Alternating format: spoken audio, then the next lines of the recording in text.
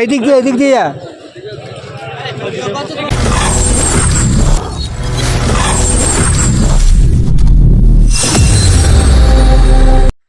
আজকে ভিডিওটা আরম্ভ করছি খুব দুঃখের সঙ্গে, কেননা এতদিন ছিল প্রত্যুত, তোমরা জানো বাংলাদেশ থেকে এসেছিলো, 1 মাস হয়ে গেছে রয়েছে। তারপরে আজকে তো যেতেই হবে, ওর দেশে যেতে হবে। সেই কারণে প্রথমেই বলি তোমাদেরকে, তোমরা ভালো থেকো এবং সবাইকে ভালো রেখো। আর নিজেরা ভালো না থাকলে কখনোই কাউকে ভালো রাখতে পারবে না। আর প্রত্যুত এসেছিলো আমার কাছে কাকা হিসাবে, সেই কারণে। আর ওকে বাড়ি চলে যেতে হবে। আর চলো আজকের ভিডিওটা শেষ পর্যন্ত দেখবে।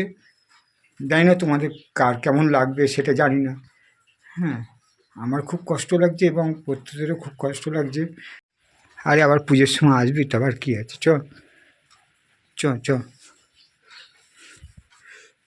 যেহেতু বৃষ্টি পড়ছে সেই কারণে রিক্সা নিয়ে নিয়েছি। আর প্রত্যুত রয়েছে, যাচ্ছি এখন স্টেশনের দিকে। এখান থেকে যাব কৃষ্ণনগর হয়ে যাবো বনগাঁ বর্ডার। হ্যাঁ, ওই কোন বর্ডারের নাম? বেনাপোল বর্ডার। আর এখানে রাস্তাঘাটের অবস্থা এইরকম। বাড়িতে কল দিয়েছে, সেই কারণে রাস্তা খোলা একেবারে।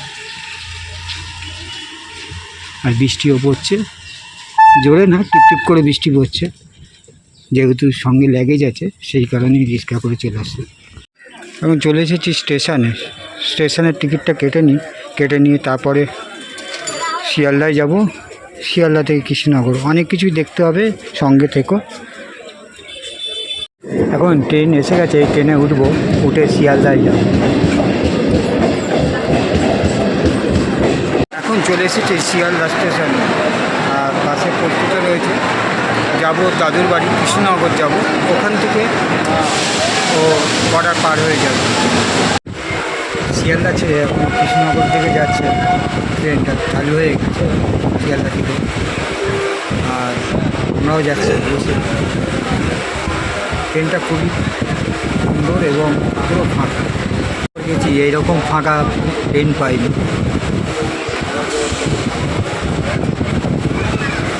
চলো কৃষ্ণনগরে গিয়ে দেখা হচ্ছে।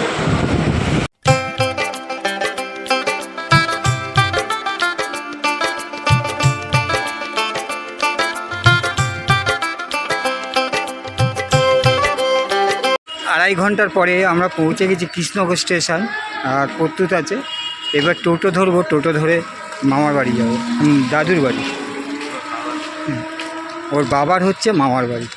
এখানেও মনে হয় বৃষ্টি হয়েছিল, কিন্তু এখন রোদ্দুর। আমাদের ওদিকে বৃষ্টি হচ্ছে এখনও পর্যন্ত। জায়গাতে আসলে এত ভালো লাগে, কেননা গাছগাছরা ভর্তি তো, সেই জন্য পিওর অক্সিজেনটা পাওয়া যায়। হ্যাঁ, পিওর অক্সিজেনটা পাওয়া যায় আমাদের ওখানের থেকে অনেকটা শান্তি। আমাদের যেটা বলতে গেলে গরমের মধ্যে ভাবসানি একদম অবস্থা খুব খারাপ। আর এইদিকে ঠান্ডা হাওয়া বইছে। আমাদের এদিকে আজকে বৃষ্টি পড়ছে কিন্তু, আর এইদিকে ওয়েদারটা এরকমই ওয়েদার। আর চারদিকে শুধু গাছপালা ভর্তি, বাড়িঘরদেরও আছে, সুন্দর সুন্দর বাড়িঘরদেরও আছে। কালকে এসেছিলাম, তারপর কন্টিনিউয়াস কিছু করতে পারিনি, কেননা স্টেশনের দিকে ঘুরতে গেছিলাম, কী আর দেখাবো। সেই কারণেই আজকে সকালবেলা আমরা রওনা দিচ্ছি, কৃষ্ণনগর স্টেশনে যাব। ওখান থেকে বনগাঁ লোকাল ধরবো, বনগাঁ যাওয়ার জন্য। তারপর বর্ডার পার হয়ে যাবে। অনেকক্ষণ অপেক্ষার পরে টোটো পেয়ে গেছে। হ্যাঁ, প্রত্যেক পাশে রয়েছে। বারবার বলছি সাবধানে, বাংলাদেশে যাবি, আবার দেখা হবে। আর কৃষ্ণনগরকেও টাটা করে বেরিয়ে যাচ্ছি। এই প্রাকৃতিক সৌন্দর্য দেখতে দেখতেই এগিয়ে যাচ্ছি কৃষ্ণনগর স্টেশনের দিকে। আর রাস্তাটা অসাধারণ, গাছে ঘেরা জায়গা। মেন রাস্তাটা তোমরা দেখলে বুঝতে পারছো নিশ্চয়ই, অসাধারণ। এখন চলে এসেছি কৃষ্ণনগর স্টেশনে। হ্যাঁ, কৃষ্ণনগর স্টেশনটা ঠিক বাইরের দিকটা এইরকম, ভোরের দৃশ্য। স্টেশনে এসেই বনগাঁ লোকাল পেয়ে গেছি কৃষ্ণনগর। আর কৃষ্ণনগর থেকে বনগাঁয়ে যাব। প্রত্যুত বসে আছে, খুবই মনটা খুব খারাপ লাগছে, কেননা 1 মাস যাবৎ ছিল আমাদের কাছে। ও খুব কান্নাকাটি করছে। আর কী করবো বলো, যেতে তো হবে। ও বাংলাদেশ থেকে এসেছে ইন্ডিয়ায় ঘুরতে, আবার আসবে। কিছুক্ষণের মধ্যেই আমাদের ট্রেন ছেড়ে দিল কৃষ্ণনগর স্টেশন ছেড়ে, চলে যাচ্ছে বনগাঁর দিকে। হ্যাঁ, ফার্স্ট টাইম আমি কৃষ্ণনগর থেকে বনগাঁয় যাচ্ছি। হ্যাঁ, এই ট্রেনটা রানাঘাট হয়ে তারপরে বনগাঁর দিকে যাবে। এখন চলে এসেছি বনগাঁ স্টেশনে। বনগাঁ টোটো ধরে যাব বনগাঁ বর্ডার, বেনাপোল বর্ডার আছে সেই বর্ডারে। তারপরেই টোটো ছেড়ে দিল, আর আমাদের দুজনের যেন মুখে আর বল নেই, কেননা ও কাঁদছে থেকে থেকে, তা দেখা দেখি আমারও চোখে জল চলে এসেছে। এতদিন আমার বড় ছেলে ছিল, সে চলে যাচ্ছে বাংলাদেশে, আর খুবই দুঃখের ব্যাপার, কেননা এতদিন 1 মাস ছিল আমাদের কাছে, তার সত্ত্বেও ওকে তো বাংলাদেশ যেতে হবে না, কেননা ওখানে ওর বাবা মা রয়েছে, নিজের লোক রয়েছে। তা এইসব দেখতে দেখতেই এগিয়ে যাচ্ছি বনগাঁর দিকে, আর যেন খুবই খারাপ লাগছে আর ভালো লাগছে না। চলে আসলাম বেনাপোল বর্ডারে। এটা তো দেখিয়েছি একটা মার্কেট তৈরি হচ্ছে, আর এই হচ্ছে লাইনের জায়গা।